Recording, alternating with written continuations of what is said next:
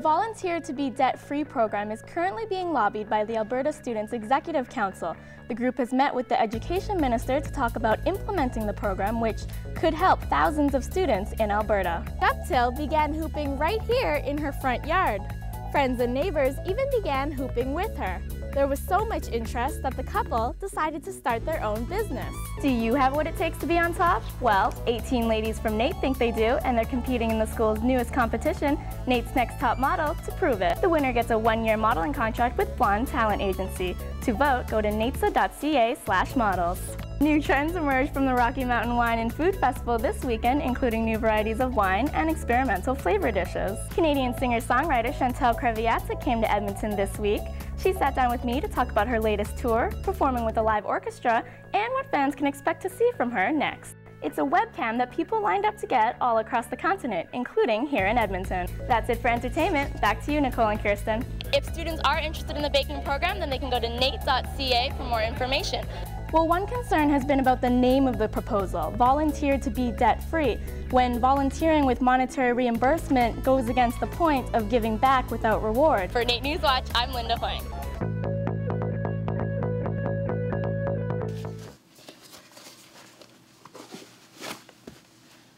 For Drina Guptill, the simple step of bending over to put on shoes had at one point been a struggle.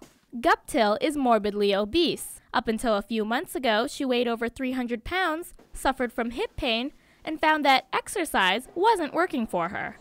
I was in this 2 steps forward, 1 step back kind of pattern of doing something and then being frustrated because I'd be in pain for 3 days and not being able to do anything. Guptill's doctors gave her a pedometer to track her steps.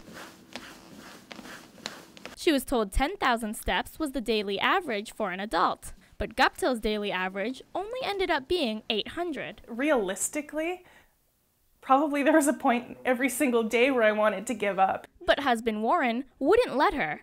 He encouraged Guptill to find a fun activity to help her lose weight. After searching online, Guptill fell in love with hula hooping. But there was a problem. People traditionally sell a 42-inch hoop as an adult-sized hoop, and that just wasn't going to work for my size. So Warren built his wife a 56-inch hula hoop that changed both of their lives. Guptill began hooping right here in her front yard. Friends and neighbors even began hooping with her. There was so much interest that the couple decided to start their own business. Warren began making dozens of custom hoops, and Guptill began teaching hula hooping. Her hip pain went away, and within a few months, she had lost 60 pounds. It's given her a sense of happiness, and now it's a whole different world for her. Guptill and her hooping is even considered an inspiration to locals dealing with obesity. It brought another option to an otherwise limited amount of options that are available for obese people. It's inspiring. While she's not quite out of the obese category just yet, Guptill says she's never felt happier, healthier, and confident that she's on the path to a better life. If somebody were to have told me a year ago that I would be hula hooping and passionate about any kind of physical activity, I would not have believed it. Guptill can now log over 8,000 steps in a day, and she says she owes it all to her loving husband. Linda Hoang, NAIT Newswatch Extra. You want to be on top. Models took to the stage this week for the first photo shoot of the competition. For many who have modeled before, the hair, the makeup, and the camera flashes were familiar, but for some, it was a first-time experience. It's really exciting. I've not really done anything like this before, so I'm definitely really stoked.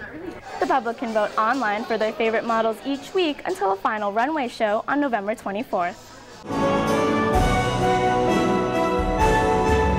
Kreviatek passionately played songs spanning across her 5 albums, backed by the instrumentalists of the Edmonton Symphony Orchestra. The artist says the symphony tour was just the change she's been waiting for.